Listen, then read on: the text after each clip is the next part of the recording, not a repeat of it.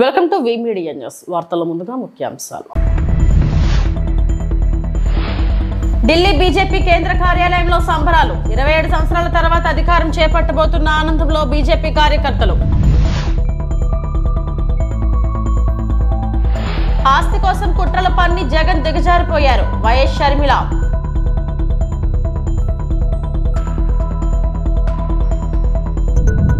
జగన్ 30 ఏళ్ల అధికారంలో ఉంటే మేము 30 తరాలు ఉంటాం. ఎమ్మెల్యే ఆదినారాయణ రెడ్డి.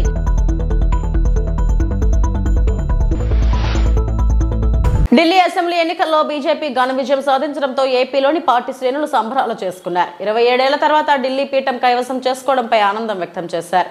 బాణసంచా కాల్చి మిఠాయిలు పంచుకున్నారు. ఢిల్లీ గడ్డ బీజేపీ అడ్డా అంటూ నినాదాలు చేశారు.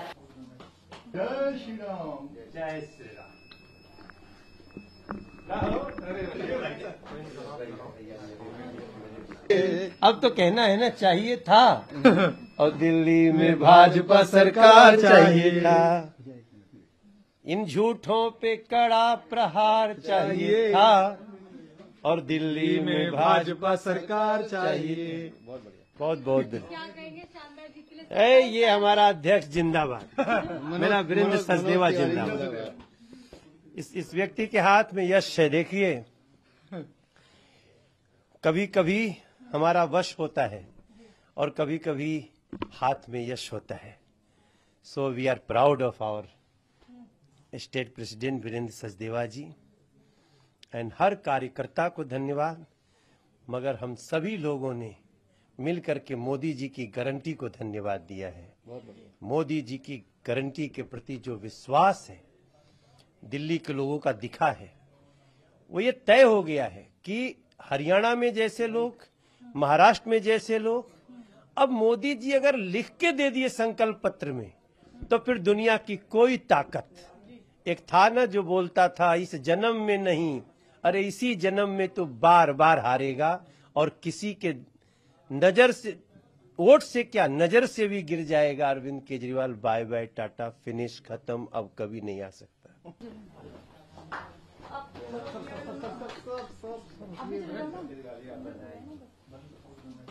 जय श्री राम। जय श्री राम।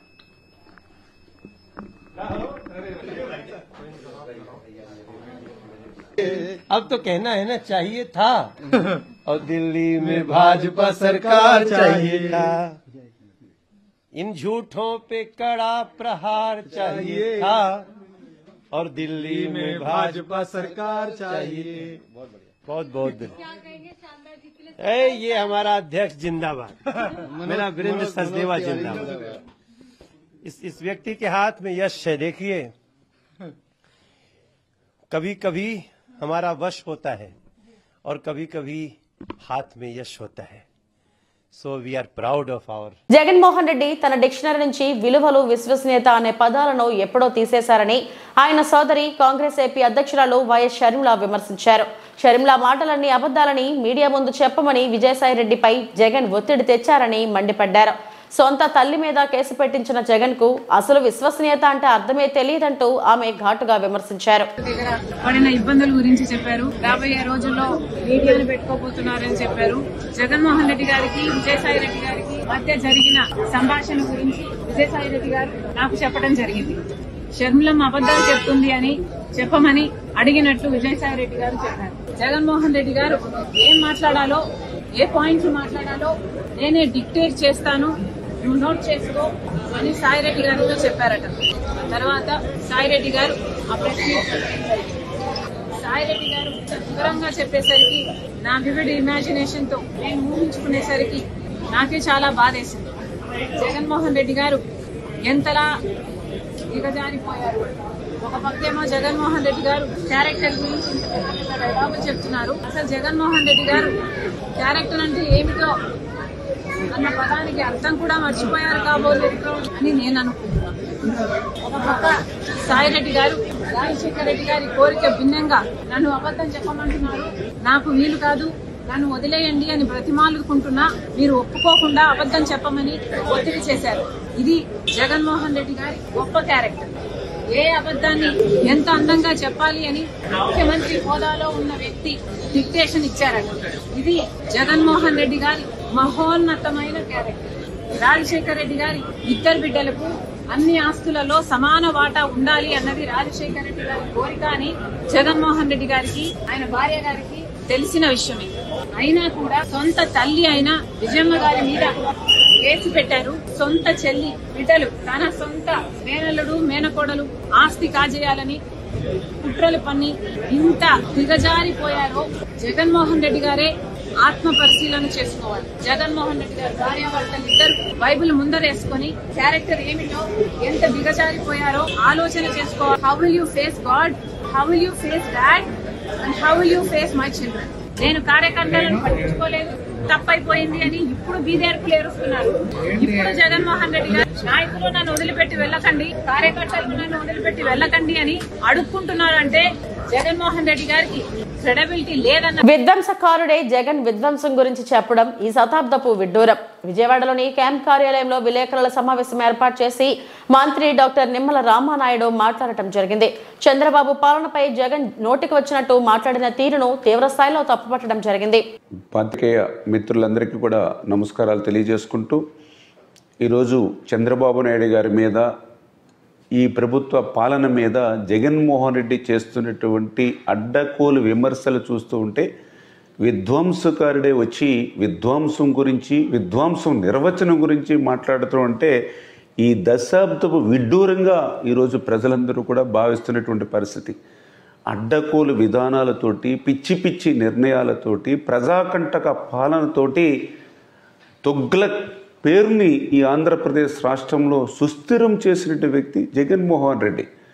ఈరోజు ఈ రాష్ట్రంలో చరిత్రకారులు కానీ, రాజకీయ విశ్లేషకులు కానీ తొగ్లక్ పేరును కూడా మర్చిపోయి తొగ్లక్ పాలన అన్న, దుష్ట పాలన అన్న గుర్తుకొచ్చేటువంటిది జగన్ పాలన అని ఈరోజు ప్రజలందరూ కూడా భావిస్తున్నటువంటి పరిస్థితి చూస్తూ ఉన్నాం. మరి ఆ రోజు రివర్స్ పాలన చూసి దేశంలో ఉన్నటువంటి ఇతర రాష్ట్రాలే కాదు, ప్రపంచంలో ఉన్నటువంటి దేశాలన్నీ కూడా నివ్వెరిపోయినటువంటి పరిస్థితి. ఆ రోజు అటువంటి రివర్స్ పాలనకు ఉదాహరణ మన పోలవరం ప్రాజెక్టు. ఆ రోజు రివర్స్ టెండరింగ్ అని చెప్పి 600 కోట్ల రూపాయలు పోలవరంకు ఆదా చేస్తున్నారని చెప్పి, తర్వాత ఆ పోలవరాన్ని ముంచేసి డయాఫ్రమ్ వాళ్ళని ధ్వంసం చేసి ఈవేళ మళ్ళీ పోలవరం మీద 1000 కోట్ల రూపాయలు ఈవేళ భారం పెట్టినటువంటి వ్యక్తి జగన్మోహన్ రెడ్డి.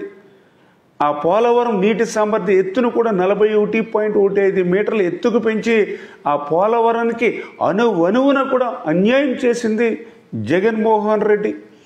మరి ఏదైతే ఇటువంటి జగన్మోహన్ రెడ్డి ఒక్క పోలవరంలోనే కాదు, మరి ఇటువంటి ఏదైతే రాష్ట్రంలో ప్రతి రంగంలోనూ కూడా మరి ప్రగతి అనేది పాతాళం వైపు పరిగెట్టినటువంటి పరిస్థితి జగన్మోహన్ రెడ్డి పాలనలో మనందరం కూడా చూసినటువంటి పరిస్థితి. ఎక్కడి దొంగలు అక్కడే గప్చిప్ అనేటువంటి విధంగా జగన్మోహన్ రెడ్డి పాలనలో ఎక్కడ పనులు అక్కడే బంద్ అనేటువంటి పరిస్థితి. ఎందుకంటే ఆ రోజు మనం చూసాం ఎక్కడ కూడా రోడ్లు కానీ, డ్రైన్స్ కానీ, త్రాగునీరు కానీ, ఇట్లా ఏ విధమైనటువంటి మౌలికమైనటువంటి వసతులు లేక ప్రజలు ఎంత కష్టాలు పడ్డారో, అంత అష్టకష్టాలు పడ్డారో మనందరం కూడా చూసినటువంటి పరిస్థితి. నిన్న జగన్మోహన్ రెడ్డి మాట్లాడుతూ బటన్ నొక్కడం బ్రహ్మాండం అంటూ ఉన్నాడు. మరి నువ్వు నొక్కినటువంటి ఆ బటన్ డబ్బులు ఎవరివి, ఎవరికి నొక్కుతున్నావు? అప్పులు తెచ్చావు, అడ్డదారులు తొక్కావు. నిజంగా బటన్ నొక్కడమే బ్రహ్మాండం అయితే మరి నీకు ప్రజలు ఎందుకు బ్రహ్మరథం పట్టలేదు? అదేవిధంగా నువ్వు నిన్న ఏదైతే చంద్రబాబు నాయుడు గారి మీద విమర్శలు చేస్తూ ఉంటే ఈవేళ తెలుగు జాతి క్షమించరు నిన్న ఎప్పుడు కూడా. ఎందుకంటే ఈవేళ 4 దశాబ్దాల రాజకీయ పరిపక్వత ఉన్నటువంటి పరిపాలన దక్షతుడు ఈవేళ చంద్రబాబు నాయుడు గారు. అటువంటి చంద్రబాబు నాయుడు గారి మీద, పవన్ కళ్యాణ్ గారి మీద, నరేంద్ర మోడీ గారు, ఎందుకంటే వీరు ముగ్గురు మేలు కలయికను తెలుగు జాతి ఆంధ్రులందరూ కూడా ఆమోదించారు. అంచేత వీరిని విమర్శించడం అని అంటే ఆంధ్రులను విమర్శించడం అనే విషయాన్ని ఈ జగన్. తిరుమల శ్రీవారిని ఏపీ బీసీ సంక్షేమ శాఖ మంత్రి సవిత దర్శించుకున్నారు. శనివారం ఉదయం వీఐపీ విరామ సమయంలో స్వామివారి సేవలో పాల్గొని మొక్కులు చెల్లించుకున్నారు.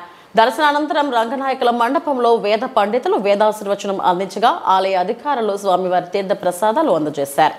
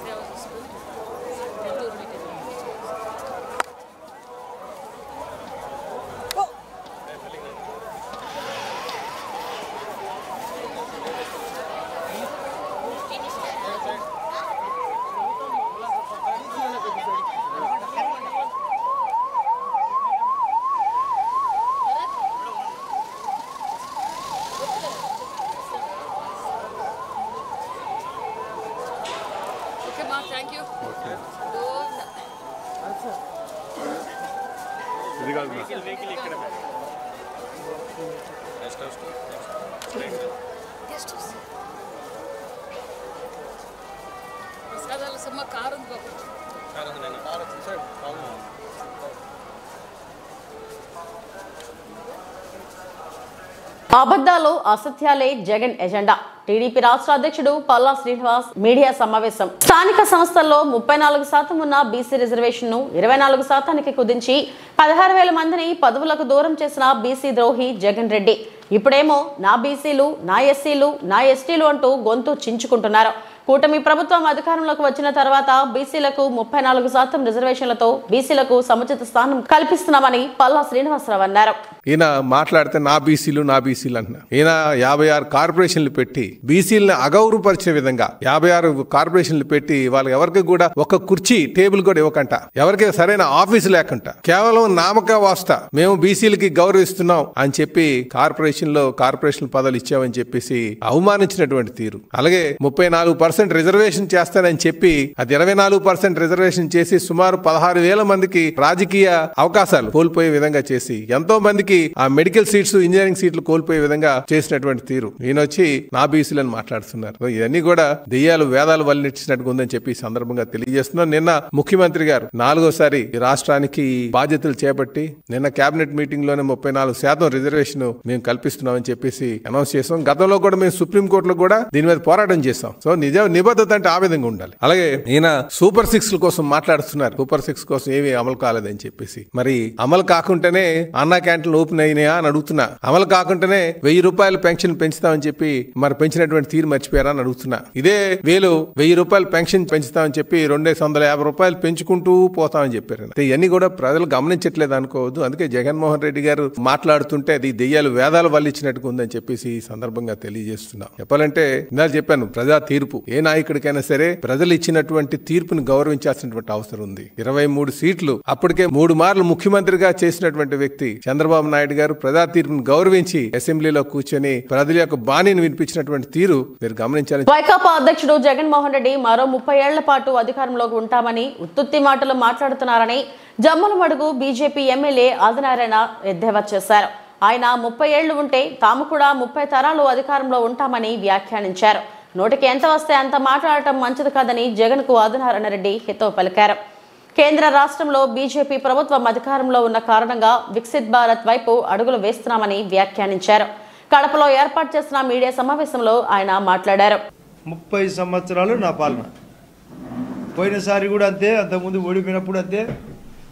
30 ఏళ్ళు నా పాలన, 175/175 ఎమ్మెల్యేలు, 25/25 ఎంపీలు. పోలింగ్ తర్వాత కూడా ఆయన మాట తప్పినారు అనేది ఆయనకు అలవాటది.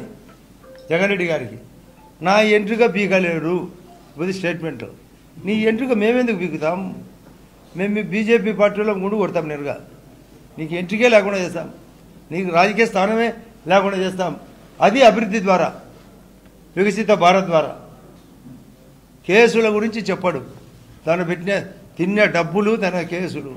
వివేకానంద రెడ్డి ఇష్యూ చెప్పడు. సొంతంగా తమ్ముడు ముద్దాయని తెలిసి వాళ్ళే చేయించినారని తెలిసి మాకు సంబంధం లేదని చెప్పడం.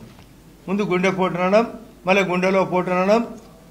కర్నూలులో మీకు అందరికీ తెలుసు, విజయసాయి రెడ్డిని అరెస్టు అది అవినాష్ రెడ్డిని అరెస్టు కోసం కర్నూలుకు పోతే రకరకాలుగా లోకల్ పోలీసులను అడ్డపెట్టి ధర్నాలు పెట్టించి దాన్ని వాయిదా ఇప్పించాడు. మళ్ళీ ఆమె సునీత గారు వివేకానంద రెడ్డి కూతురు మళ్ళీ పిటిషన్ వేసింది. సాక్షులు కూడా ఒక్కొక్కరే జారుకుంటున్నారు, పైకి పోతున్నారు. లేటెస్ట్ పిటిషన్ వేసింది ఆమె, త్వరగా పరిష్కారం చేయండి అని కోర్టులో. ఎక్కడికి పోతుంది ఈ ప్రయాణం? వైఎస్ షర్మిల ఓపెన్గా చెప్తాంది. నీకేమో చిన్న, నేను గతంలో చెప్పినట్టు జగనప్పకు రెప్పకు దెబ్బ తగిలితే హత్యా ప్రయత్నం. వాళ్ళ సొంత చిన్నాన్న వివేకానంద రెడ్డి పొడిచి చంపితే ముందు గుడ్డెపోటు, ఆ తర్వాత చంద్రబాబు నాయుడు గారు చెప్తే ఆదినారాయణ రెడ్డి కానీ మరొకరు కానీ. మన గౌరవ ముఖ్యమంత్రి గారు కడప కలెక్టర్ గారు చెప్తున్నారు, ఇప్పుడు దాదాపు 3,500 ఎకరాలు ఉంటే ఇంకొక 4,000 ఎకరాలు సేకరించండి, వివిధ ప్రాజెక్టులు తెస్తామని. ఇక్కడే మే మహానాడు నాడు తెలుగుదేశం ఇక్కడ మహానాడు కడపలో జరగబోతుంది. అన్నీ కలిపి మేమంతా ఒకటిగా ఉన్నాం, ముగ్గురు ఏకమైనాం. నిన్ను జగన్ రెడ్డిని మేము ఏకమైనాం, నిన్ను ఏకాకిని చేస్తాం, నామరూపం లేకుండా చేస్తాం. నేనే ఏంది ఇది? నిన్న పోలింగ్ తర్వాత కూడా లండన్కు పోతూ మళ్ళా 151 కంటే ఎక్కువ ఎమ్మెల్యేలు, 22 కంటే ఎక్కువ ఎంపీలు. అంటే రాజకీయాలంటే చింతపండి వ్యాపారమా? ఏదో ఒకటి ఉన్నతమైంది. ప్రతి ఒక్కరూ దీన్ని అడ్డపెట్టుకొని ప్రపంచమే మా మోడీ గారిని విశ్వగురువు అని ప్రకటించారు. వైఎస్ఆర్ పార్టీలకు వాళ్ళ అంగడి, ప్రతి దాంట్లో అంగడి. నేను ఇంతకుముందు చెప్పినా మళ్ళీ చెప్తున్నా, పెద్ద సారు జగన్ సారు పెద్ద అంగడి. అది పద్మనాభ స్వామికి ఒక నేలమాలుగైతే ఈ స్వామికి అనేక నేలమాలుగలు.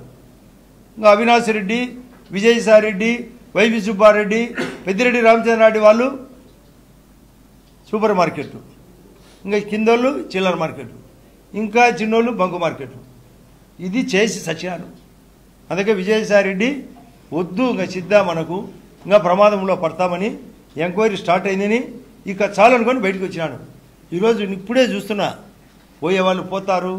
మా నాన్న ప్రతిసారి చెప్పేవాడు, నాకు దేవుడు ఉన్నాడు, ప్రజలు ఉన్నారు, మా నాన్న ఉన్నాడని. అయితే ఈరోజు ఏదో మర్చిపోయినాడు. అన్నమయ్య జిల్లా రైల్వే కోడూరు నియోజకవర్గం పుల్లంపేటలో ఢిల్లీలో బీజేపీ అత్యధిక స్థానాలు సంపాదించడంతో పుల్లంపేటలోని మండల అధ్యక్షుడు మనోహర్ రెడ్డి బీజేపీ కార్యకర్తలు టపాకాయలు పేల్చి స్వీట్లు పంచి సంబరాలు చేసుకున్నారు. ఈ కార్యక్రమంలో బీజేపీ మండల అధ్యక్షుడు కె మనోహర్ రెడ్డి మాట్లాడుతూ ఢిల్లీలో 20 సంవత్సరాల తర్వాత బీజేపీ రావడం ఎంతో ఆనందదాయకంగా ఉందని హర్షం వ్యక్తం చేశారు.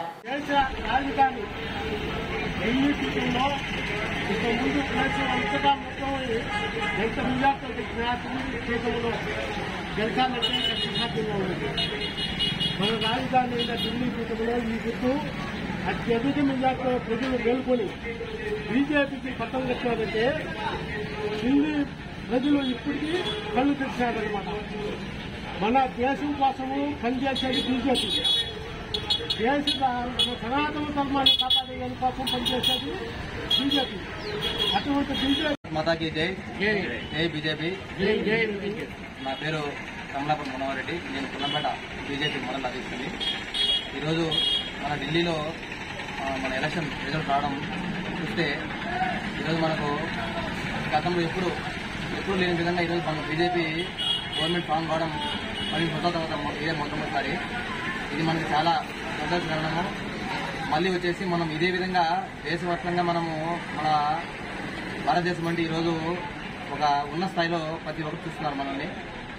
అలానే ఇంకా మనం ఇలా ఎన్నెన్నో విజయాలు సాధించుకుంటూ మన బీజేపీ అందరికీ చాలా ఆనందంగా ఉంది. ఇలాంటి గెలిపే మన ఇండియా మొత్తం మీద మోడీ గారి నాయకత్వం వర్ధిల్లేలాగా మనందరం కష్టపడి మోడీ గారిని మళ్లీ మళ్లీ గెలిపించుకుందాం. ఆయన ఎప్పుడు ప్రధానమంత్రిగా ఉన్న రోజుల్లో మన ఇండియా చాలా సంతోషంగా సుభిక్షంగా ప్రజలు కూడా ఆ ఆధ్వర్యంలో. ఇది బీజేపీ అనే పార్టీ మతతత్వ పార్టీ కాదు. ఇది ప్రజల శ్రేయస్సు కోరే పార్టీ. ప్రజలు ఎప్పుడు సంతోషంగా ఆనందంగా సుభిక్షంగా ఉండాలని మోడీ గారు ఎప్పుడు పాటుపడుతూ ఉంటారు. కొంతమంది దుష్టులు ఈ పార్టీ మతతత్వ పార్టీ అని చాలా మంది పెట్టలేకపోతుంటారు. ఇది చాలా తప్పు. దీన్ని ఇండియా అందరూ ఖండించాలి. ఇలాంటి వాళ్ళని మనం ఎప్పుడు ఎంకరేజ్ చేయకూడదు. మోడీ గారి నాయకత్వం ఎప్పుడు. డాక్టర్ బిఆర్ అంబేద్కర్ కోనసీమ జిల్లా అమలాపురం. ఇటీవల అమలాపురం రూరల్ మండలం ఏద్రపల్లి బొంతువారిపేటలో జరిగిన అగ్ని ప్రమాదంలో సర్వం కోల్పోయిన వారికి జిల్లా red cross chairman Korukonda Satyanarayana సమక్షంలో వంట సామాగ్రి, నిత్యావసర సరుకులు, దుప్పట్లు పంపిణీ చేయడం జరిగింది. సుమారు 5 కుటుంబాలకు చెందిన వారికి కోనసీమ జిల్లా Indian red cross society president మరియు జిల్లా కలెక్టర్ ఆర్ మహేష్ కుమార్ ఆదేశానుసారం ఈ కార్యక్రమం నిర్వహించడం జరిగిందని తెలిపారు. ఈ సందర్భంగా ఢిల్లీ నారాయణ మాట్లాడుతూ ప్రతి ఒక్కరూ సేవాభావాన్ని అలవర్చుకోవాలని సూచించారు. ఎలాంటి ప్రకృతి వైపరీత్యాలు సంభవించినప్పుడు రెడ్ క్రాస్ సంస్థ ముందుండి ప్రజలను అన్ని విధాలా ఆదుకుంటుందని అన్నారు. ఈ కార్యక్రమంలో అశోక్, రెడ్ క్రాస్ సొసైటీ సభ్యులు ఆర్డీఎస్ ప్రసాద్, బేబీ హనుమంతరావు, పట్నాల రమణ, శేఖర్, దొండపాటి విశ్వనాథం తదితరులు పాల్గొన్నారు.